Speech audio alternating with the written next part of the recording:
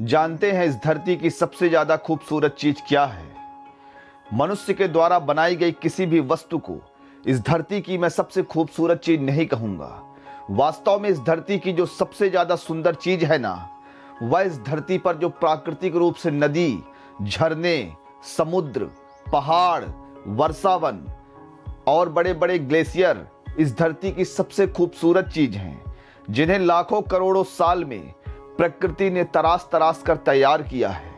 मेरे प्यारे भाइयों बहनों, आज हम इंसान भी प्रयास कर रहे हैं कि खूबसूरत चीजों का निर्माण कर सकें, लेकिन इसी प्रयास के चक्कर में जो प्रकृति ने लाखों करोड़ों सालों में जो जंगल निर्मित किए हैं, जो प्राकृतिक सौंदर्य निर्मित किया है, हम उसे लगातार नष्ट कर रहे हैं। मेरे प्यारे दोस्तों, मैं आपको सिर्फ इस बात का इशारा करना चाहता हूं कि ठीक है, इंसान बड़े बड़े शहर बसा रहा है, बड़े बड़े निर्माण कार्य कर रहा है, लेकिन उसे इस बात का सदैव स्मरण रखना चाहिए कि उसे कभी भी प्राकृतिक संसाधन जैसे जंगल हो गए, समुद्र हो गए, इन्हें कभी भी नुकसान नहीं पहुंचाना चाहिए।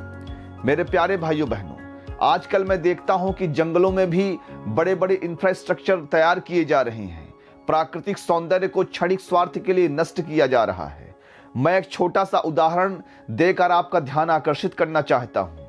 हमारे क्षेत्र में एक बहुत ही खूबसूरत जंगल है, जहां एक स्थान है जिसका नाम जटाशंकर है, जहां जाने पर एक आध्यात्मिक शांति का अनुभव होता है।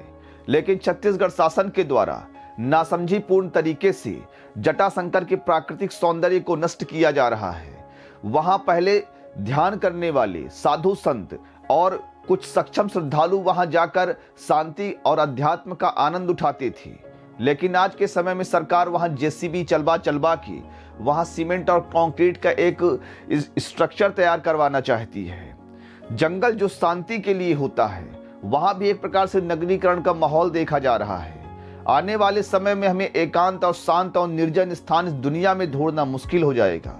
मैं चाहता हूं कि प्राकृतिक सौंदर्य जहां स्थित है, जहां प्रकृति में एक शांति विद्यमान है, उस शांति को इस प्रकार की निर्माण कार्य करवा के उस शांति को भंग हमें नहीं करना चाहिए। मेरे प्यारे भाइयों बहनों, हमें प्राकृतिक सौंदर्य को नष्ट करने का प्रयास नहीं करना चाहिए। जो सौंदर्य बना हुआ है, उन सौंदर्य को उसी रूप में आप रहने दीजिए।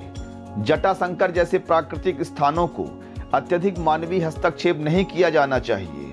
नगरीकरण के लिए आपके पास पर्याप्त जमीनें हैं, लेकिन जंगल की जमीन छीनकर आप नगरीकरण का प्रयास ना करिए। उनमें किसी प्रकार के भी ऐसे संसाधन बनाने से आप बचिए कि वहां 4 व्हीलर गाड़ी पहुंच जाए। जब वहां 4 व्हीलर गाड़ी, 2 व्हीलर गाड़ी का जमघट लगा रहेगा तो फिर वहां शांति किस बात की बचेगी। इसलिए इस प्रकार की मानसिकता और इस प्रकार के घटिया किस्म के विकास कार्यों से सभी सरकारों को बचने की आवश्यकता है।